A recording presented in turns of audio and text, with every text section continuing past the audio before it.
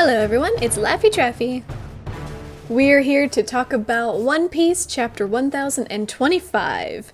It is officially out now, so we're going to go a little bit more in depth. I have my reaction out. If you haven't seen that, feel free to go click on that and go check that out because it's super fun to react. I usually do my live reactions on Twitch, so go follow me over there if you're interested in catching me next time. There's a break this week, of course, but next week we'll be right back at it. So go follow me over there and on Twitter if you want more One Piece gaming and anime content. Also, if you're new to the channel, make sure you subscribe if you checked out my reaction, or if you've seen any of my other things, or whatever else and you're not subscribed, make sure you do, because it helps out a lot, and it's cool. And leave a like too, and let me know your favorite part of this chapter. I'll let you know mine at the end. So without further ado, let's dive into One Piece Chapter 1025, Twin Dragons. But first, let's of course admire the cover request of Usopp telling an octopus his many tall tales, in which the octopus is not amused and just titles them Tall Tales or Big Liar Stories, and you know, he's not fooled, but he's writing them down nonetheless, so it's good to see Usopp in his captain garb too, with his hat that has a little long nose thing. It's cute. But diving into the chapter, we have two main scenes here that'll come all together in the end, and we get little bits of it going back and forth. But the first page we focus on Luffy and Momo, and Luffy and Momo, typical Luffy and Momo, are fighting and arguing, bickering with each other just like they did in Dressrosa, and throughout the series really, that Luffy lowers himself to an 8-year-old's tantrums and argues with him back and forth. And although Momo is grown, that still doesn't mean that his fear or any of his mental facilities have matured like his body, which Shinobu warned against. So I was hoping that we would get something like this, where we see that although Momo looks really intimidating and he's determined, that doesn't take away from the fact that he is still scared, he is still an 8-year-old boy inside of his head, and it's not going to be so simple as to just snap his fingers and overcome his devil fruit abilities, overcome his fears. So I really enjoy that throughout this chapter we are really emphasizing Momo's struggle to become who he looks like, you know, become Odin, become KAIDO, two very, very strong figures in his life with two very differing morals. And Momo is a mix of both of them, aesthetically at least. He's trying to get strong, but we go through here and seeing that it's harder than it looks. After that, we cut over to Yamato and KAIDO, the other main scene that we are getting bits and pieces of throughout this chapter. We see a lot more of Yamato's moves as she pulls out a mirror mountain, which was like a defensive ability that kind of put a hardened shell over her body, so when KAIDO attacked it, it kind of just broke and she managed to evade the majority of the damage, it seems. So that was a really cool move, and then she jumps out of like the shell cocoon, whatever you want to call it, and goes on the offensive, spinning the Kanabo down with a slam called Hollowed Glacier Slash, emphasizing her ice-based abilities compared to KAIDO's more fire-based. So I bet in the anime this would be super cool to see, because fire and ice is just cool aesthetics, you know? And I want to emphasize that Yamato did deal pretty hard of a hit here against KAIDO, where KAIDO is slammed onto the ground and he like gets back up all pissed, and then, because what else is he gonna do but verbally abuse his daughter, son? He starts talking about how Yamato was alone her entire life, nobody sees her as a comrade, you know, she's nothing but an Oni, the child of an Oni, and will never be who she wants to be, she doesn't have friends, blah blah blah. And kudos to Yamato to face that for 20 years, and even now in the face of adversity with KAIDO fighting against her full force, Yamato still stands strong and says, no, you're wrong, I did have friends, but I mean, realistically, you took them away from me. You can't put me in a situation and then blame me for putting myself in that situation, you know? So Yamato has a really strong determination and really strong will to persevere throughout this fight and just kind of hand wave all of KAIDO's mental verbal attacks towards her.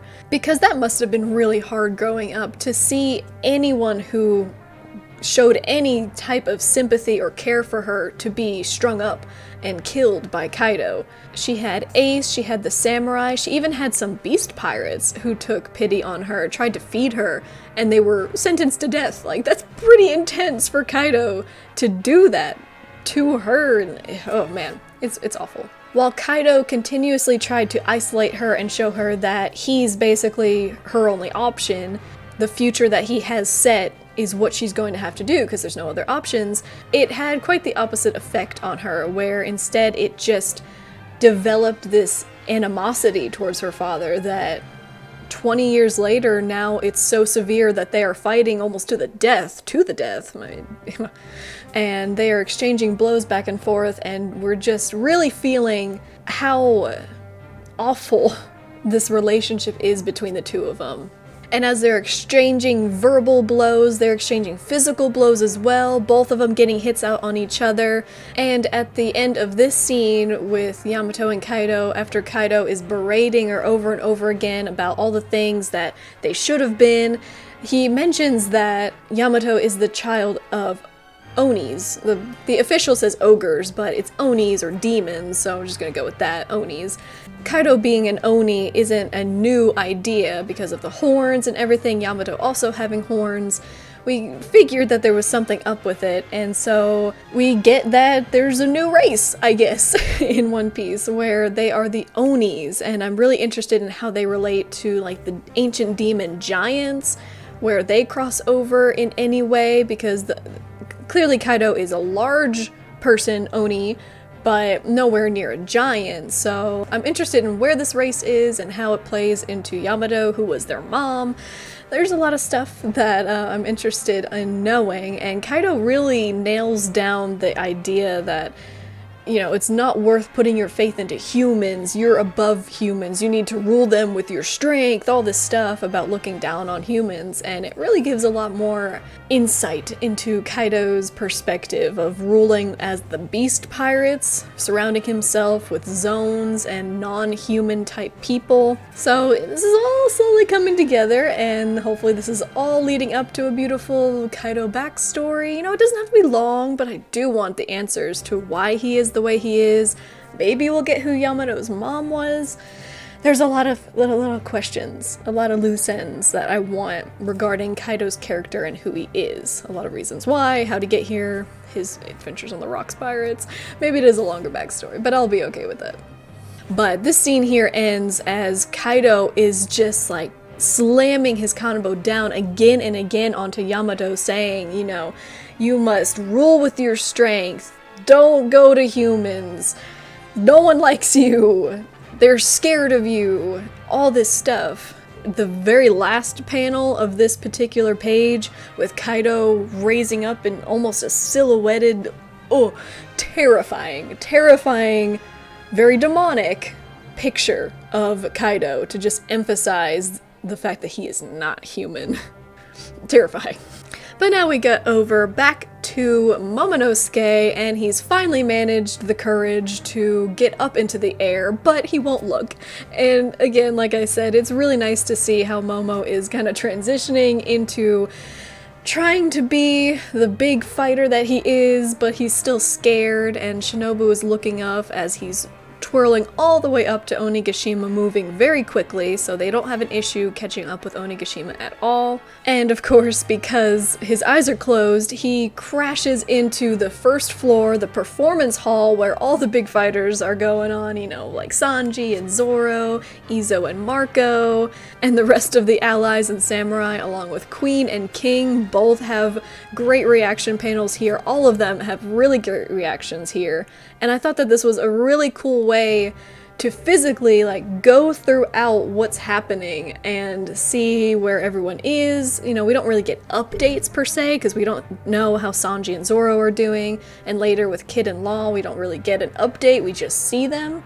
It's just a really funny scene because everyone's like, Kaido, what? Kaido's rampaging around the castle, but he's pink. I'm so confused. And then you see Luffy riding on him as he's yelling and screaming. He's like, Momo, open your eyes! You're crashing into everything, stop! And yeah, again we see Sanji and Zoro like Luffy, what are you doing? And in addition to those reaction panels from the performance hall, Momo goes all the way up to the second floor where we see Kid and Law against Big Mom, which... such a tease. 2 chapters now. The first one where we got Big Mom's Conquerors Hockey, the Heart Pirates and the Kid Pirates. Come on. And now we get this chapter where we literally see the 3 of them squaring off. They're not really doing anything still. Kid's still doing good. We can't really see his injury too much, but it was kind of maybe hidden by his jacket a little bit. They're all looking pretty scuffed up, but no significant changes. They're still basically in the same position, so I really want an update for that for sure. But we get more reaction panels, which these cracked me up, and I could just like see them moving in this sequence of events where Momo bursts up through the floor and Kid immediately reacts like, what the heck is that, a dragon? And then soon after you see Luffy shoot up because he's hanging onto Momo's head and his face right there, and then Law makes eye contact with him and he's like, Straw Hat? What are you doing? And then Big Mom, after all of this, is like, what is happening? It's just really fun, and Momo just continues all the way up. We get to the 3rd floor, and then finally the rooftop. But it was really nice to see everyone's reaction panels to Luffy riding on Momo, going all the way up to the rooftop. And it's a good way to say that, I mean, Luffy's okay, because everyone, the last they heard of Luffy was that he was sentenced, well, I mean, Momo cleared it up a little bit, but for all they knew, Luffy was out of the fight, don't know when he's coming back, so this is a pretty surefire way to make it clear that Luffy is back in the fight and ready to take on Kaido, and with a giant dragon. Which I'm sure, thinking about it for a few seconds, a lot of the people who have reaction panels here will probably put together that it's Momo, considering it's a dragon and it's pink. They'll have questions, but I bet they'll be able to figure out that it's Momo, so that's a good morale boost, if nothing else, to see Luffy riding a dragon going right up to Kaido. So it was a really great scene, and I really enjoyed that the entire time Momo has his eye closed and is just crashing through everything.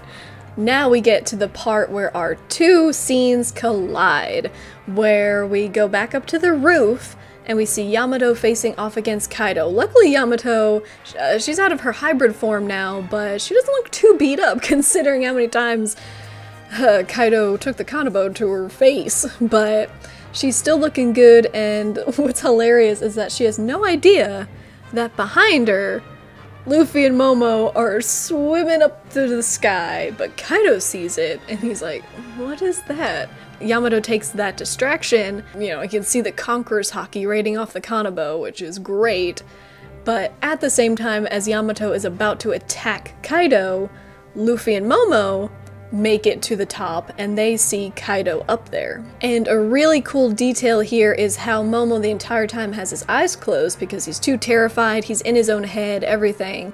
As soon as Luffy says, there's Kaido, we found him, we're here, Momo opens his eyes, and finally that fear, the determination overtakes it, and he is now focused on his main goal of fighting Kaido, at least helping fight Kaido. I don't know if he's going to be fighting Kaido, but regardless, the name Kaido makes him open his eyes and get more focused as he brings Luffy right to him. And Luffy goes Snake Man here, which that caught me by surprise, and I was super excited. Snake Man is like my favorite form of Luffy by far. So to see Luffy, it's a small panel, but I really want to see that blown up of Luffy Snake Man surfing on a dragon Momo's head. Like, come on, that is so cool, and I wish that panel specifically was a little bit bigger, a little bit more detailed, but maybe there'll be some art of it. If not, I'm gonna make some, because that's probably my favorite panel right there. But we go in, and as Luffy goes Snake Man, Yamato does her own snake-based attack called the White Serpent, which is really cool. So they both, at the same time, Yamato completely unaware of Luffy, and Luffy kind of unaware of Yamato because later on he's like, oh hey, Yamato. But they both do a huge combo attack against Kaido and knock him down, which is really cool, and you can see again the Conqueror's Haki raiding off of Luffy's fist and Yamato's kanabo. And then Yamato looks over and sees, the profile of Luffy, which looks really cool. A lot of these small panels in this chapter are really good if you really start looking at them. And Kaido, in response to this, you know, he's feeling a little insecure about himself because he was just in his hybrid form. So, you know, he's gotta beef himself up into his full dragon form to, you know, power move against this new dragon that has appeared. So he goes dragon form and we face off with Kaido looking much more fierce and scary, and then we see Luffy riding Momo, which is a cool scene, but Momo's eyes crack me up as he's like, oh god. So again, we're getting these comparisons between Kaido looking fierce and Momo being just an 8-year-old kid in a dragon body. Like, that's honestly what it is. We can't expect Momo to suddenly be this strong fighter, so I'm really interested to know if he is going to be fighting against Kaido, or if he's going to be holding up Onigashima, or like, you know, what's going to happen in between those times. But we do get an awesome, you know, ending the chapter out. Luffy once again claims that he is going to be the one who will be king of the pirates, and nothing Kaido will do will defeat him or stop him. And then even Momo musters up the courage and says, I am Momonosuke, I am Kozuki Momonosuke, and I will be the Shogun of Wano. And Kaido, he's impressed, but he just kind of laughs. Well, the world doesn't need 2 dragons, and that's where the chapter ends, and it is a break. But yeah, this is like the 3rd or 4th chapter in a row that we got some amazing last panel spreads. Oh man, with now Luffy riding Momo versus Kaido with the twin dragons, roll credits. It was a perfect end, finally to get their meeting. I really enjoyed the pacing of this because I wasn't sure how long it was going to take Luffy to get up to the rooftop with Momo to face Kaido.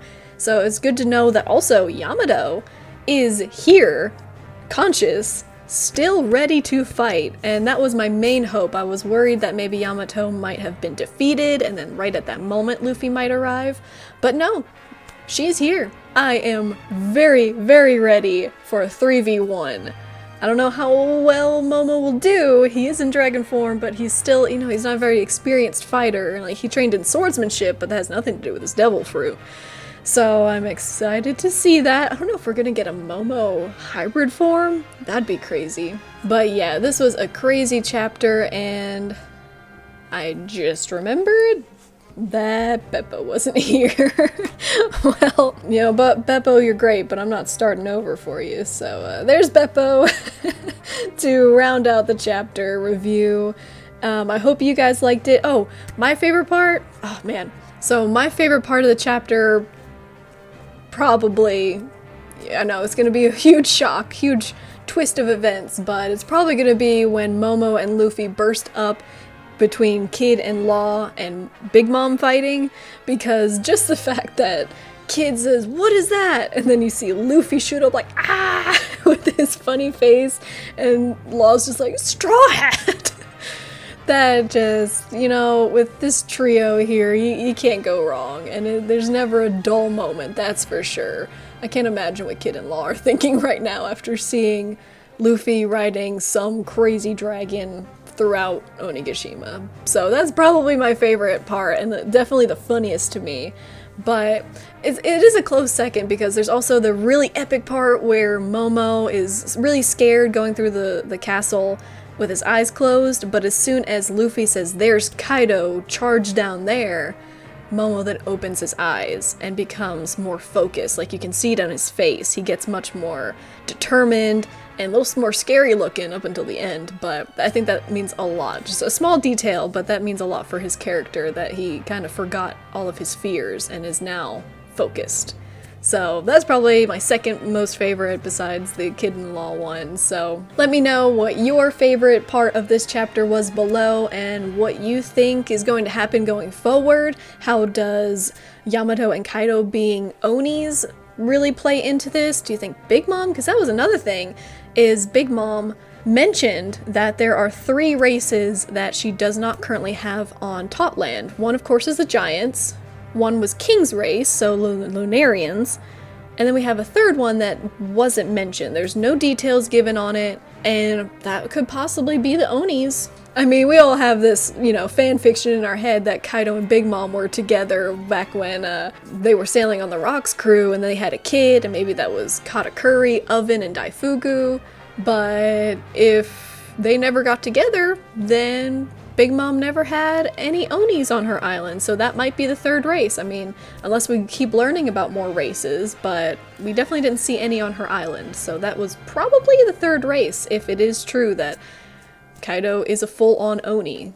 We got like 2 race reveals in the span of like 3 chapters, so the Lunarians, and now the Onis. A lot of stuff going on, the pacing's really well. I've got nothing but great things to say about this chapter too. I don't know if there's ever going to be a chapter that I really critique harshly, because you put Luffy in it, you put Yamato in it, you put Law in it, you put Kid in it, you put anyone, really.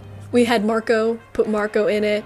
It has to be a great chapter, really. If you come here for critiques of One Piece, I don't recommend it, because I am just an echo chamber of praise for this series, and, you know, I don't feel alone, and I don't feel sorry, so. That wraps up my chapter review then, The Twin Dragons, chapter 1025 of One Piece. Beppo is here, better late than never, and make sure you subscribe if you aren't yet. If you liked anything I had to say, make sure you like the video too, so I know how many people enjoyed this chapter just as much as I did.